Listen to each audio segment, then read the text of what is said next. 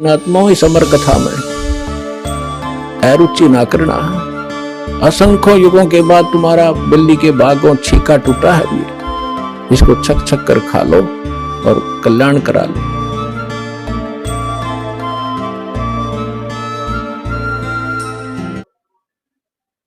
तो यहां मनुष्य जीवन आपको मिल गया, अन्य योनियों में जो कष्ट पा रहे हैं वो पाते रहो, इसको कोई टेंशन नहीं।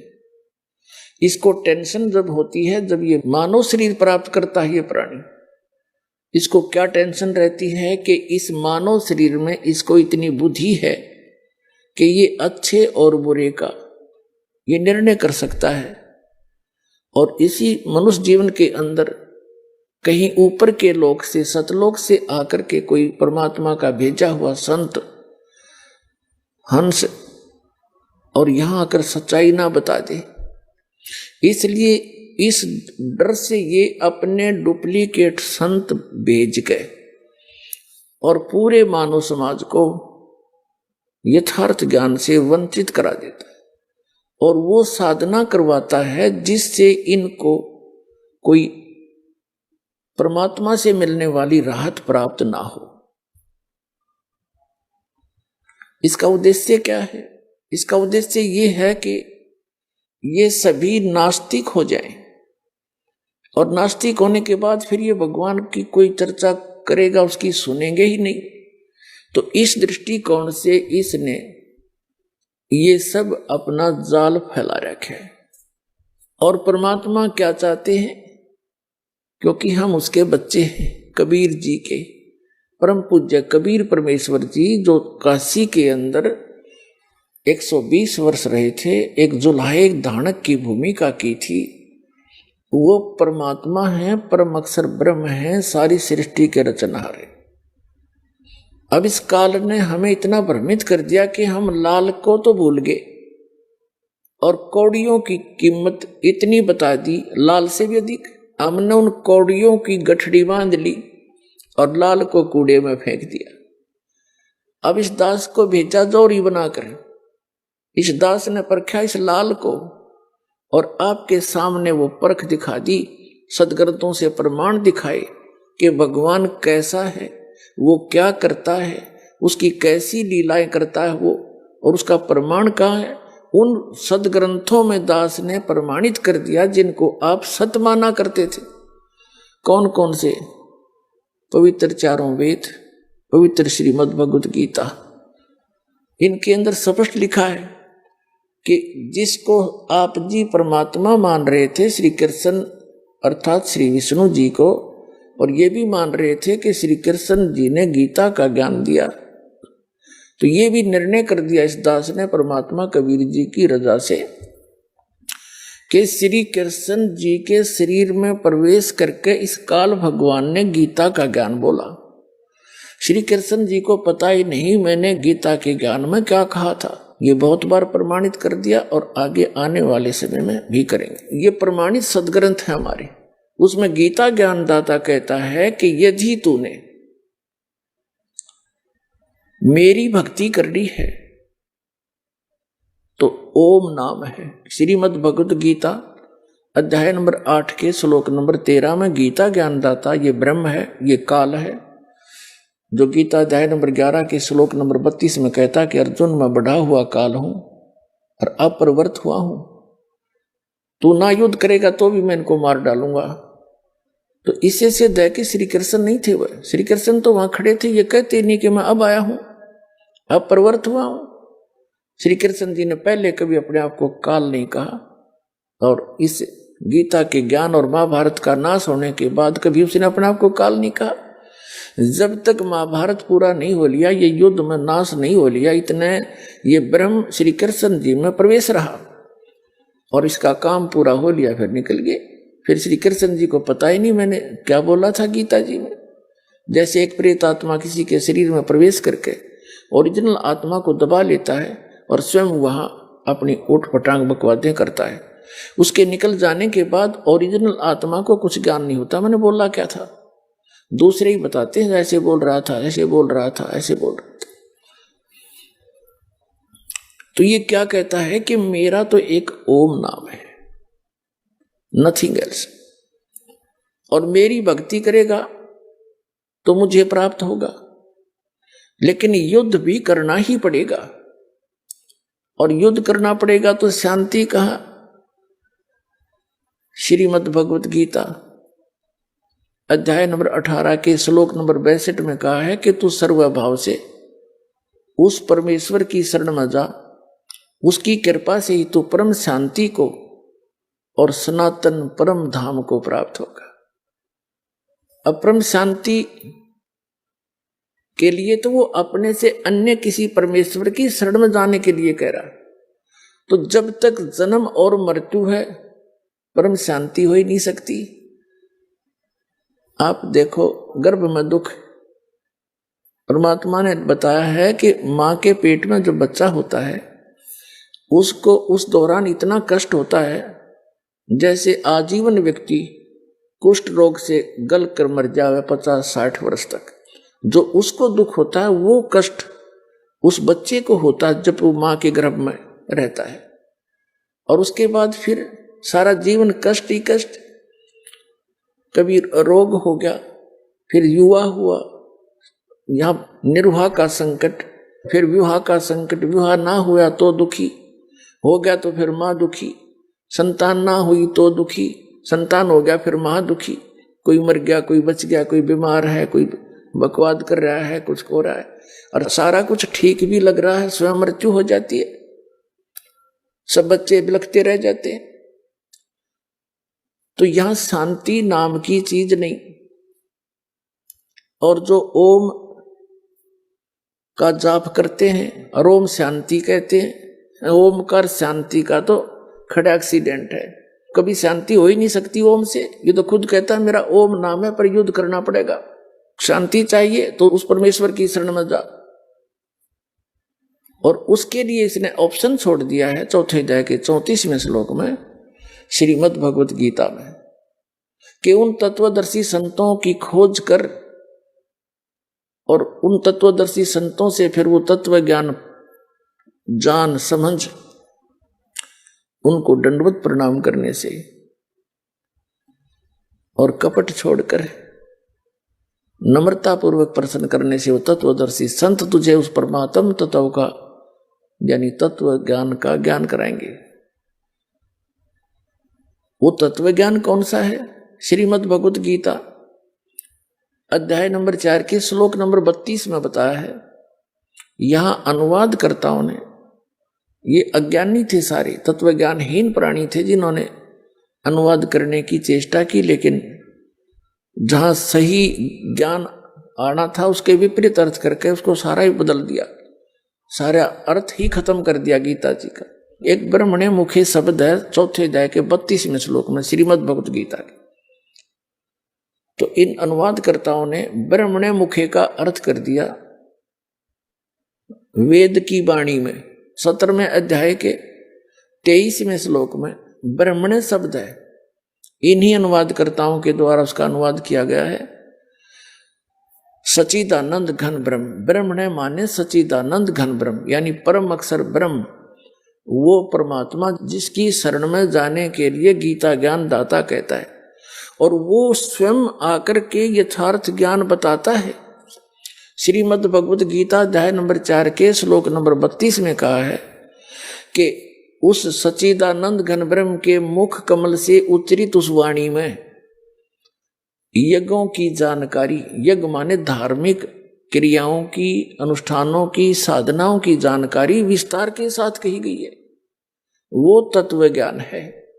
उसको जानने के बाद फिर तेरे सारे कर्म समाप्त हो जाएंगे। उसके बारे में कहा है चौथे अध्याय के 34वें श्लोक में कि उस तत्व ज्ञान को तू तत्वदर्शी संतों के पास जाकर समझ, और वो तत्वदर्शी संत उस तत्व ज्ञान से परिचित होते हैं, फिर तुझे भी उससे परिचित करा देंगे। अब श्रीमद् भगवत गीता अध्याय नंबर 7 के श्लोक नंबर 29 में गीता ज्ञानदाता कहता है कि जो मेरे इस ज्ञान का आश्रय कर लेता है और तत्वदर्शी संत की खोज कर लेता है, वो व्यक्ति केवल जरा और मरण से छूटने का ही प्रयत्न करते हैं। अब दूसरे शब्दों में ये कहा है कि जो व्यक्ति मेरे इस ज्ञान को आश्रय कर लेते हैं और जो केवल जरा और मरण से, जरा माने बुढ़ापे का दुख, जरा और मरण के दुख से, मरण माने मृत्यु, इस दुख से छूटने का ही प्रयत्न करते हैं, वे ब्रह्म तत्वविदु और कृष्णम अध्यात्म कर्म च अखिलम, वह कहते हैं जरा मरण मोक्षाय माम आश्रित यतन्ति ये ते ब्रह्म तत्वविदु कृष्णम अध्यात्म च कर्म च अखिलम। जो जरा और मरण से ही छूटने का प्रयत्न करते हैं, यहाँ की किसी वस्तु की इच्छा नहीं रखते, उनको ज्ञान हो जाता है कि ये सब नाशवान है, मनुष्य जीवन केवल परमात्मा प्राप्ति और मोक्ष कराने के लिए ही मिला है और उस मोक्ष से ही हमें परम शांति होगी, और वो मोक्ष का साधन तत्वदर्शी संतों के पास होता है। तो वो उस तत्वदर्शी संतों की शरण में चले गए होते हैं, तो जिस कारण से वो तत्ब्रह्म विदु उस परमात्मा को, उस परमेश्वर को जानते हैं और सारे अध्यात्म ज्ञान से परिचित हैं और सभी कर्मों से वो परिचित है, और वही व्यक्ति जरा और मरण से छूटने का प्रयत्न करते हैं। गीता अध्याय नंबर 8 के श्लोक नंबर 1 में अर्जुन ने प्रश्न किया, हे भगवान, आपने जो 7वें अध्याय के 29वें श्लोक में, 29 श्लोक में जिस तत्ब्रह्म के बारे में कहा है कि उसको जानने के बाद व्यक्ति केवल यहां से जरा और मरण के संकट से ही छूटने का प्रयत्न करते हैं या किसी वस्तु में इच्छा नहीं रखते, तो किम तत्ब्रह्म, गीता ज्ञानदाता 8वें अध्याय के ही गीता जी के श्लोक नंबर 3 में कहता वो परम अक्षर ब्रह्म है। 8वें अध्याय के 5 और 7 श्लोक में ये अपनी साधना को कहता है, मेरी भक्ति कर, युद्ध भी कर और मेरा स्मरण भी कर। 8वें अध्याय के 13वें श्लोक में ये अपना मंत्र बता देता है कि ओम इति एकाक्षरम ब्रह्म व्यवहारण माम अनुसमरण ये परियाति तजंदेहम सयाति परमाम गतिम। मुझ ब्रह्म का एक ओम मंत्र है, ओम अक्षर, नथिंग एल्स। उच्चारण करके सिमरण करता हुआ यह परियाति तजंदेहम, जो शरीर छोड़कर जाता है, सयाति परमाम गतिम, वह ओम से मिलने वाली जो परम गति है उसको प्राप्त हो जाता है। ओम से मिलने वाली कौन सी परम गति है? ब्रह्मलोक प्राप्ति है, क्योंकि ब्रह्म की साधना है ओम नाम का जाप। ब्रह्म ये काल है, तो इसने 8वें अध्याय के 16वें श्लोक में स्पष्ट किया है कि ब्रह्मलोक में गए हुए प्राणी भी फिर जन्म मृत्यु में आते। इसमें अनुवादकर्ताओं ने फिर गड़बड़ी कर दी है, अनुवाद किया है कि मुझे प्राप्त होकर अर्जुन पुनर्जन्म नहीं होता। नहीं, उसका अर्थ ये बनता है न विद्यते, ये विद्यते अर्थ विद धातु से बना है जिसे विद्या का ज्ञान होता है। विद्य माने जानना। जो ये नहीं जानते कि मुझे प्राप्त होकर भी पुनर्जन्म होगा, तो वो प्राणी मेरी साधना करके ब्रह्मलोक चले जाते हैं, और ब्रह्मलोक में गए हुए प्राणी भी पुनरावर्ती, वो फिर भी जन्म मृत्यु में आते। यदि इन अनुवादकों के इस अनुवाद को हम सत्य माने, एक तरफ तो ये कह रहा है कि ब्रह्मलोक में गए हुए प्राणी भी पुनर्वर्ती में आते हैं, और फिर ये कहे कि मुझे प्राप्त होकर फिर पुनर्जन्म नहीं होता, तो फिर ये गीता जी के 3-4 श्लोक गलत सिद्ध हो जाते हैं। दूसरे अध्याय के गीता जी के श्लोक नंबर 12 में कहा है कि अर्जुन, ऐसा नहीं है कि पहले तेरा और मेरा जन्म नहीं था या आगे हम ना होंगे, अर्थात तू पहले भी जन्मा था, मेरा भी जन्म था, आगे भी हम जन्मते मरते रहेंगे। दूसरे अध्याय के 17वें श्लोक में कहा कि अविनाशी तो उसको जान जिसको मारने में कोई सक्षम नहीं है, और जिसने सब ब्रह्मांडों की रचना की है, वो गीता ज्ञानदाता से अन्य है। चौथे अध्याय के 5 और 9 श्लोक में गीता ज्ञानदाता कहता है कि अर्जुन, तेरे और मेरे बहुत जन्म हो चुके हैं, तू नहीं जानता, मैं जानता हूं। और 9वें श्लोक में कहा है कि मेरे कर्म और जन्म दिव्य है, अलौकिक है। फिर श्रीमद् भगवत गीता अध्याय नंबर 10 के श्लोक नंबर 2 में गीता ज्ञानदाता कहता है कि अर्जुन, मेरी उत्पत्ति को न ते देवता लोग जानते, ये ब्रह्मा विष्णु महेश, और न ये ऋषि, क्योंकि ये सब मेरे से उत्पन्न हुए हैं। अब पिता की उत्पत्ति को पुत्र यानी संतान कैसे जाने, पुत्र और पुत्री? पिता की उत्पत्ति, डेट ऑफ बर्थ, जन्म तिथि को पिता का पिता बता सकता है, दादाजी।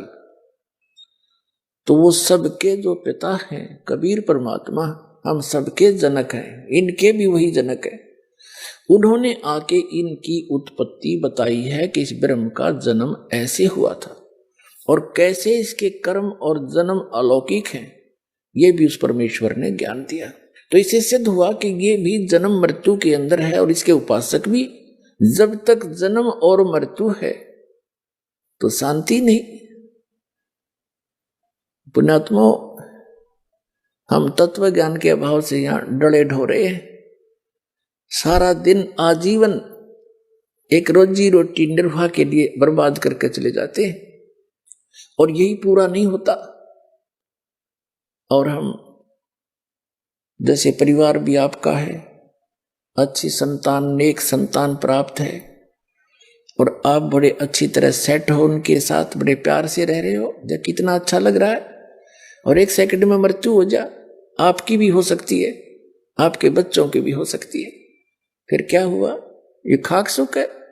कबीर साहब कहते हैं, झूठे सुख को सुख है ये मान रहा मनमोद, ये सकल चबीना काल का, कुछ मुख में कुछ गोद। कुछ को तो डेली खा रहा है, देखते हो, रोज पढ़ो समाचार पत्रों में, देखो सबसे ज्यादा मरने वालों की खबरें होंगी। वैसे भी कहीं देख लो, को बीमारी से हॉस्पिटलों में रोजाना कितनी सब जाते हैं, और बाकियों को पाल रहा है, गोदी में खिला रहा है, ये तेरा बेटा, ये तेरी बेटी, ये तेरी कार, ये तेरी कोठी। मूर्ख बना रखा है, 1 मिनट में मृत्यु कर देता है। चल, तेरा कुछ नहीं, मूर्ख, आ मेरे पीछे पीछे।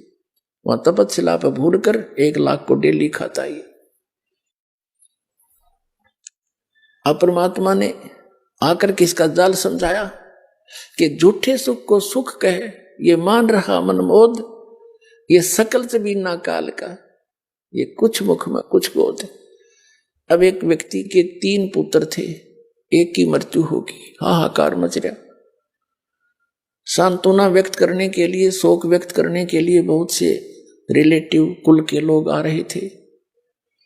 जब वो बहुत बुरी तरह दुखी था, उसको सांत्वना देते हुए कहा कि देख भाई, यहां तो सभी के साथ ये हो रहा है, इसकी इतना दुख ना माने।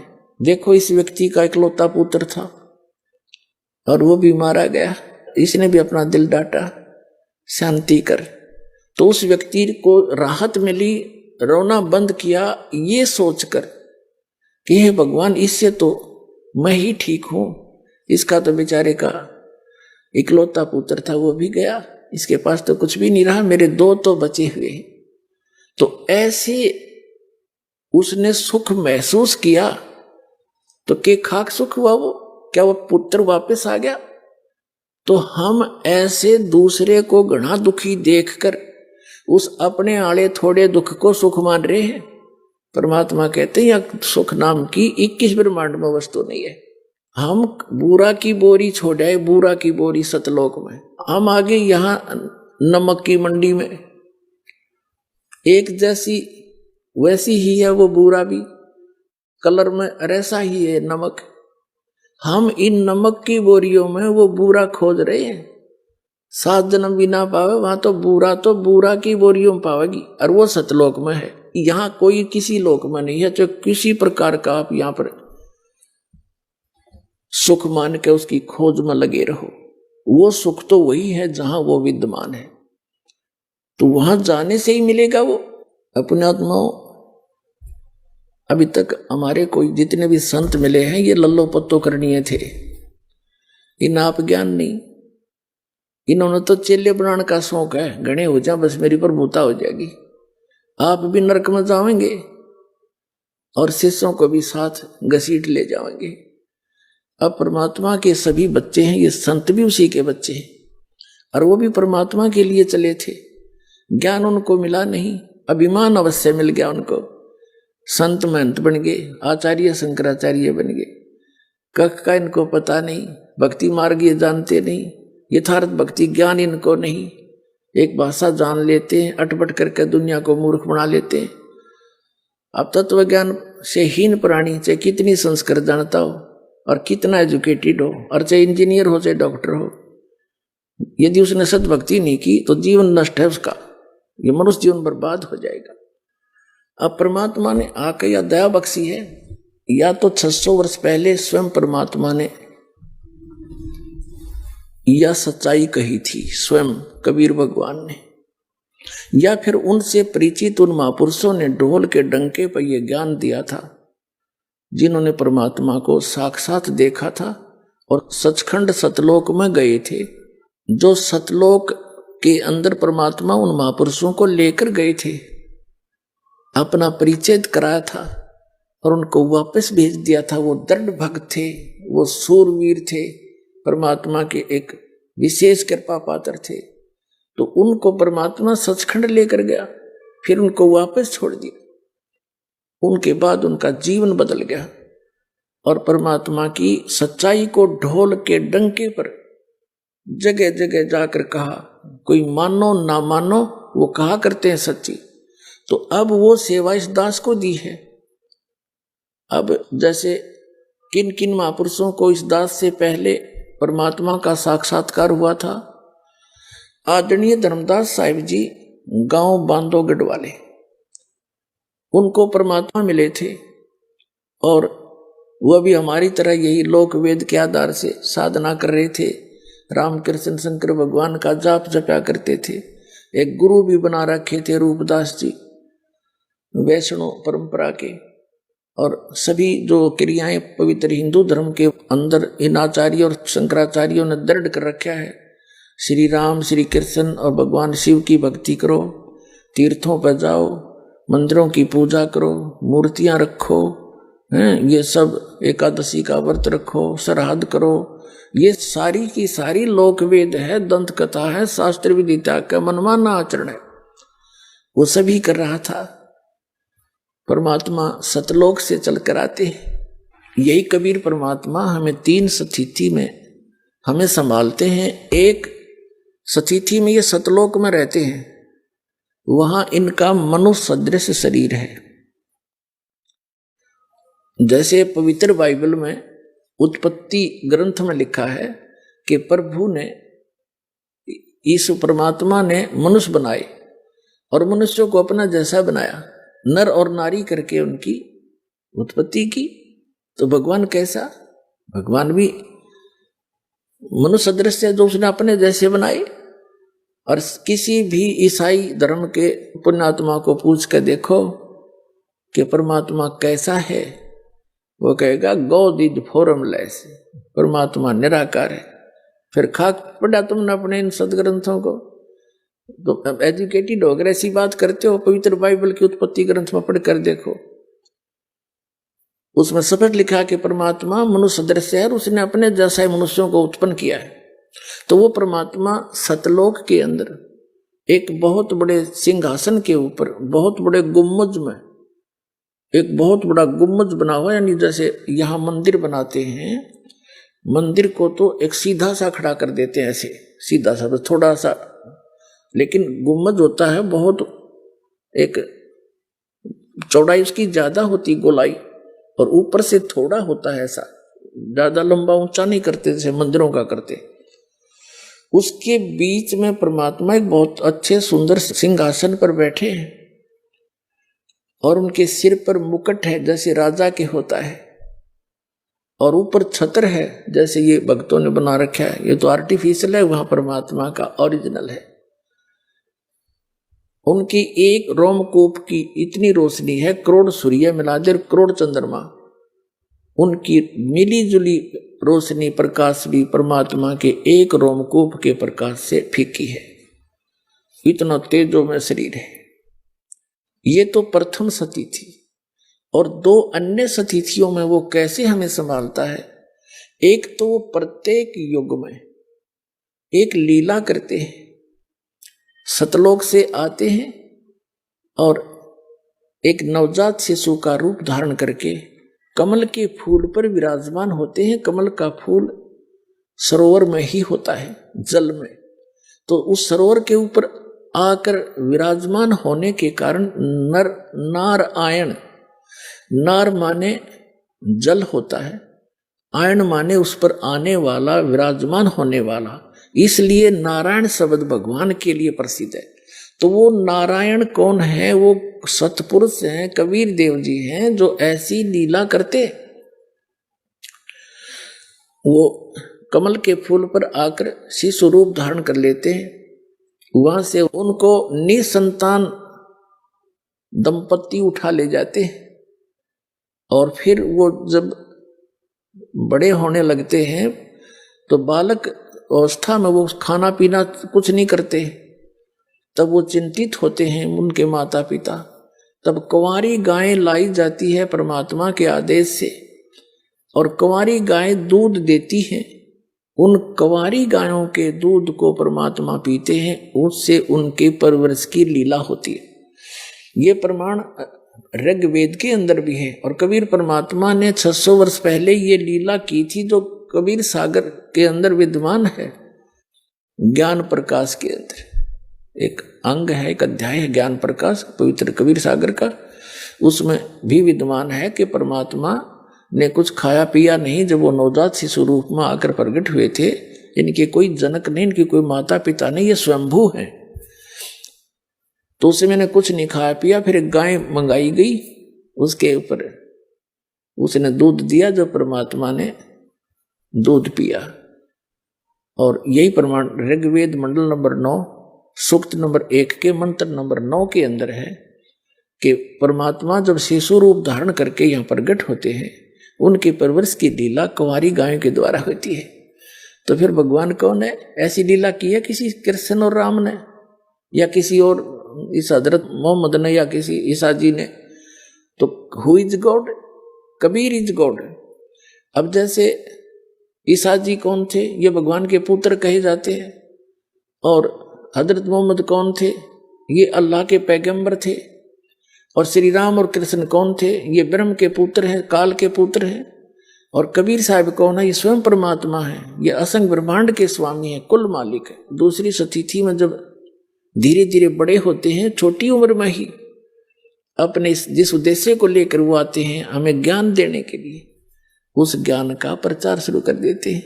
बड़े बड़े विद्वानों के छक्के छुड़ा देते हैं, लेकिन वो क्रमहीन अपनी मान बढ़ाई के कारण परमात्मा के उस यथार्थ ज्ञान को ना स्वयं मानते हैं और ना ही जनता तक उसको जाने देते। तो यही लीला आज से 600 वर्ष पहले परमात्मा ने सन 1398 में संवत 1455 ज्येष्ठ सुदी पूर्णमासी के दिन ब्रह्म मुहूर्त में सुबह सुबह सतलोक से आकर के काशी बनारस शहर है, काशी कहो बनारस कहो, तो शहर के बाहर एक बहुत बड़ा लहर तारा नामक सरोवर था।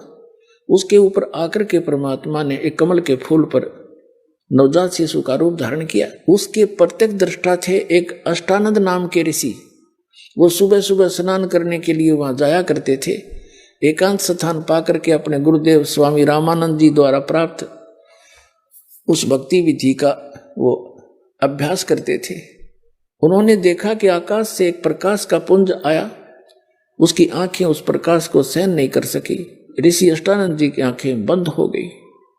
बंद होने पर उसने क्या देखा कि एक नवजात शिशु का रूप दिखाई दिया। दोबारा आंखें खोली तो वो प्रकाश एक कोने में, लहर तारा तालाब के एक कोने में सिमट गया। थोड़ा सा अंधेरा था, उसने आगे कुछ दिखाई नहीं दिया।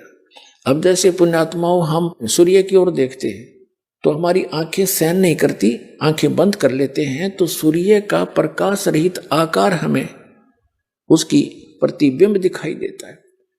ऐसे ही अष्टानंद ऋषि के साथ हुआ। पहले तो उसने देखा केवल प्रकाश का एक गोला दिखाई दिया। आंखें जब बंद होगी, नहीं सहन कर सकी चरम दृष्टि, तो क्या देखा कि प्रकाश रहित उस एक बालक की आकृति नजर आई उसके। तो उठकर चल पड़ा, अपने गुरुदेव स्वामी रामानंद जी से पूछा कि स्वामी जी आज मैंने ऐसी कुछ अद्भुत लीला देखी, एक प्रकाश देखा, फिर आंखें बंद होगी, आंखें खुली। जब आंखों के सामने एक बच्चे की आकृति मेरे घूमती रही, तब रामानंद जी ने जैसा ज्ञान था उसने कहा कि बेटा, ऊपर के लोगों से जब अवतार गण आते हैं ये लीलाएं ऐसे वो करते हैं।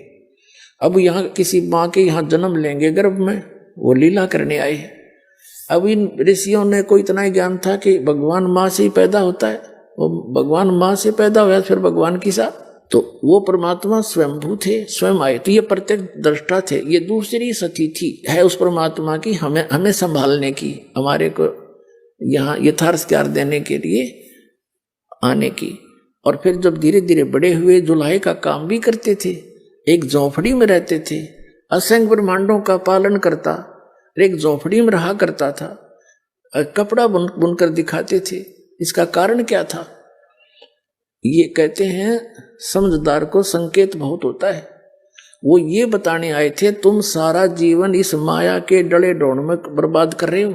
बड़ी कोठी हो, बड़ी कार हो, बड़ा महल हो, और भक्ति जो उद्देश्य था इसका वो भूल चुके हो। जीव को परमात्मा ने कहा है घर तो 3.5 हाथ और गणा तो 4.25, कह कबीर अधिका कहे वह को नहीं विचार। इससे घना जो मांगता है वो तो फिर बुद्धिहीन इंसान है। घर तो 3.5 हाथ, क्योंकि ये शरीर जो है 3.5 हाथ का होता है प्रत्येक प्राणी का। हाथ इसको कहते इतने पोर्शन को, और प्रत्येक का यो 3.5 हाथ की पूरी हाइट 3.5 हाथ की होती। परमात्मा कहते आपने एक चारपाई पे, वह चाहे 3 कमरे की कोठी हो चाहे 10 कमरों की कक्ष की, एक कोने में एक चारपाई पे ही विश्राम करना है। तो बाकी की बकवाद की क्या आवश्यकता है? जो मूल उद्देश्य खो के बैठ गया है, अरबपति खरबपति यहाँ सब कुछ जोड़ जाड़ के छोड़ गए, और यहाँ वो केले कोठी बना रहे थे फैक्ट्री, और वो आप कुत्ता बन के सैर सपट्टा कर रहा है उसी गली में, बाढ़ में जावा कोठी आ गई उसका काम। तो परमात्मा हमें याद दिलाते हैं कि मैं सारे ब्रह्मांडों का संचालक, और वहाँ ऐसे हैंड टू माउथ रह के दिखाया कि भक्ति, कबीर साहब कहते हैं टोटे में भक्ति करे सोए सही सपूत, ये मायाधारी मस्करे ना जाने कितने जालिए ऊते। कबीरा सब जग निर्धना धनवंता नहीं कोई, धनवंता सो जानिए जिस पर राम नाम धन होई। अब जो प्रसंग चल रहा है तो ये दूसरी सतिथि है जो परमात्मा हमें संभालते हैं। और तीसरी सतिथि वो कभी भी आ जाते हैं एक साधु संत का रूप बना के, और अपनी अच्छी आत्माओं को जो परमात्मा के ज्ञान को दृढ़ता से ग्रहण करते हैं, और फिर मुझे नहीं मुचकाए, तारा संसार एक तरफ और वो दृढ़ भक्त मालिक का एक तरफ, ऐसे प्राणियों, ऐसे महापुरुषों को वो परमात्मा आकर मिलते हैं। उनमें से कौन कौन है वो महापुरुष? आदरणीय धर्मदास साहिब जी, उनको मथुरा में मिल रहे थे। वो यही साधना कर रहे थे जो आप पवित्र हिंदू धर्म के अंदर इन भ्रमित गुरुओं, आचार्यों और शंकराचार्यों और इन महंतों और संतों के द्वारा बताए गए ज्ञान को ग्रहण करके हम सभी कर रहे थे। तो उनको परमात्मा मिले, उनको सचखंड लेकर जा लिए ना, सारा ज्ञान बता दिया, सारा कुछ प्रमाण दिखा दिए, बता दिए गीता और वेदों में। फिर भी बुद्धि ने स्वीकार नहीं की, धर्मदास जी की ने, क्योंकि हमारे अंदर अज्ञान इतना बरवा दिया हजारों वर्षों से। तो परमात्मा ने अपने गवाह बनाने थे इस समय के लिए, कि इस समय मेरा कोई गवाह बने सचमुच ये बताने वाला कि भगवान कौन है। तो उनको सतलोक में लेकर गए। सतलोक में जाकर क्या देखा कि वहां पर जो सुख है, यहां पर तो सुख का कोई झलक भी नहीं बताई जा सकती। पुण्यात्माओं, सतलोक के अंदर अभी तक जितने भी सतलोक और सचखंड का जो गुणगान किया करते थे, इसमें से विशेषकर कौन कौन है? राधा स्वामी पंथ, आगरा और ब्यास वाले, और जय गुरुदेव पंथ मथुरा वाले, और बाकी ये सारी उसी की ब्रांच हैं। उसी में से एक अलग से पंथ बना है, ये सच्चा सौदा सिरसा, जिसको धन धन सतगुरु तेरा ही आसरा इनका नारा है। ये सभी, और साथ में कबीरपंथी, और जितने भी ये कबीरपंथी, क्योंकि कबीर साहब ने बताया कि काल ने कहा था, जब परमात्मा यहां आए थे प्रथम बार हमें ये ज्ञान देने के लिए, तो काल ने विरोध किया था कि नीचे नहीं जा सकते, क्योंकि कबीर वो परमेश्वर अपने पुत्र के रूप में वहां प्रकट थे। उसने बहुत घोर विरोध किया था कि तुम नीचे किस लिए जा रहे हो। तब अपने पुत्र के रूप में विराजमान परमात्मा ने कहा था कि मैं नीचे जाऊंगा, और तूने परमात्मा के बच्चों को मिसगाइड कर रखा है, तूने गलत साधना बता कर उनका जीवन नाश कर रखा है, कुत्ते गधे सूअर बना रखे हैं, उनको परमात्मा के विषय में यथार्थ जानकारी देने जाऊंगा और उनको सही भक्ति बताऊंगा, तेरे जाल से निकाल कर ले जाऊंगा। तब उसने परमात्मा के ऊपर एक घात किया था, उसको मारना चाहा था, लेकिन मालिक की शक्ति के सामने उसकी कुछ नहीं बसाई। तब कबीर साहब ने बताया था धर्मदास कि इसने मेरे ऊपर अटैक किया, मैंने श्वास का सिमरण शुरू कर दिया सतनाम का, जो 2 अक्षर का है, जिसमें एक ओम मंत्र है और एक गुप्त है जो दास बताएगा। पुण्यात्माओं, परमात्मा हमें आगाह कर रहे थे कि कभी आप पर किसी भी प्रकार की आपत्ति आती है, चाहे किसी कोई देवता आपको हानि करना चाहता है या कोई भूत प्रेत पितर, कोई भी आपको ऐसा संकट लगे या कोई अन्य प्राणी, तो उस समय सतनाम का सिमरन अवश्य शुरू कर देना, फिर देखना कैसी बचाव करेगा। तो वो हमें संकेत कर रहे थे। तो परमेश्वर कबीर जी ने हमें भी बताने के लिए, ना उनको तो क्या सिमरन की जरूरत, वो तो खुद मालिक है, हमें दृढ़ करते हैं कि तुम ऐसी आपदा के समय इस नाम का जाप याद रखियो। कहीं उस समय आवाज लगा दो हाय माँ मर गया, तो वहां माँ मदद नहीं कर सकती, वहां तो परमात्मा का वो मंत्र मदद करेगा। तो उस मंत्र का जाप किया मैंने, परमात्मा कहते। तो ये काल ऐसे गिर गया जमीन पर जैसे पक्षी की पंख कट जाती हैं और पड़ा पड़ा तड़पता है, उसकी कुछ पार नहीं बसाती। कबीर परमेश्वर जी कहते हैं, तब इसने मेरे पैर पकड़ लिए नीचे घिसट कर और कहा कि तू मेरा बड़ा भाई, क्योंकि ये भी परमात्मा का ही बच्चा है, ये काल भी, लेकिन ये निकम्मा बच्चा हो गया और इसको देश निकाला दे दिया गया, वहां इसने गलती की और हमने भी गलती की इसी के साथ साथ, इसलिए हम भी यहाँ आ गए। लेकिन वो दयालु है परमात्मा, उन्हें फिर दया आई कि गलती हो जाती है बालक पर, जैसे बच्चे कितनी गलती कर दें माता पिता फिर भी अक्सर ही करते हैं, वो हमारा माता पिता है, उसने हम पर फिर दया आई। तो काल ने कहा कि भगवान एक काम करना, मुझे श्राप लगा हुआ है 1 लाख मानव शरीरधारी प्राणियों के सूक्ष्म शरीर को नित्य भून कर खाने का।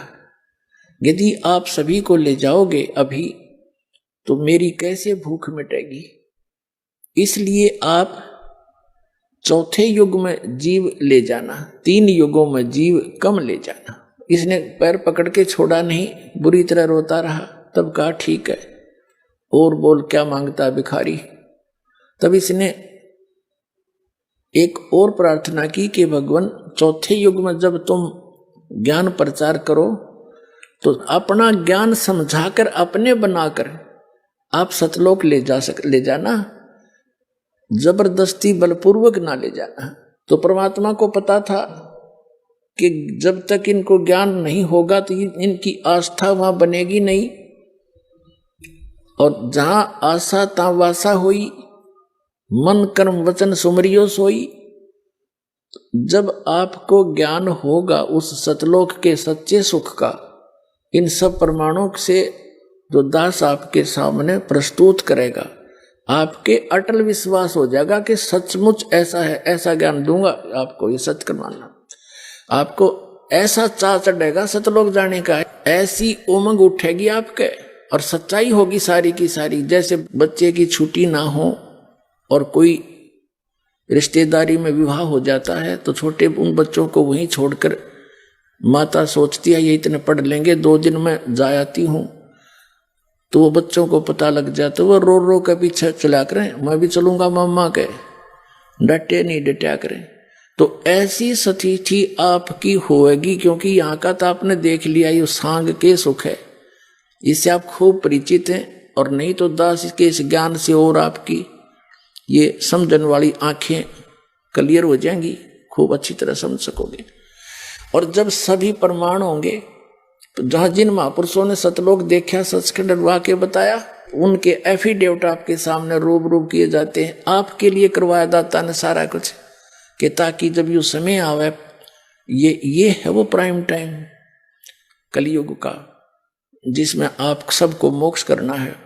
इस नाम को जो ग्रहण करेगा और इस ज्ञान पर आधारित रहेगा, वो सारे पार हो जाएंगे टोटली, चाहे कितने ले लियो।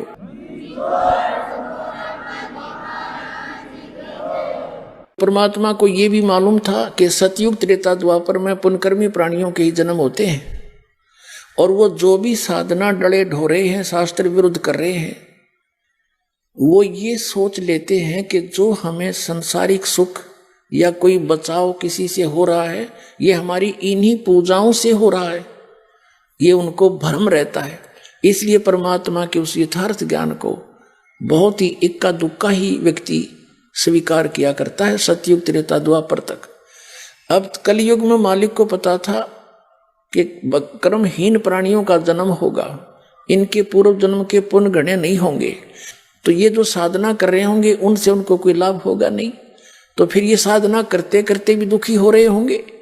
तो काल ने क्या कहा था कि 3 युगों में जीव थोड़े ले जाना, और चौथा युग जब कलयुग आवे, तब तो शरण जीव बहु जावे, ऐसा वचन हर मोय दीजे, तब तुम गवन संसार ही कीजिए। अब परमात्मा ने कहा ठीक है, तूने जो मांगा मैंने बख्श दिया, 3 युगों में जीव कम ले जाऊंगा, और चौथा युग जब कलयुग आवेगा, चौथे युग की कलयुग की पिछली पीढ़ी में जब 5500 वर्ष कलयुग बीत जाएगा, तब मैं अपना एक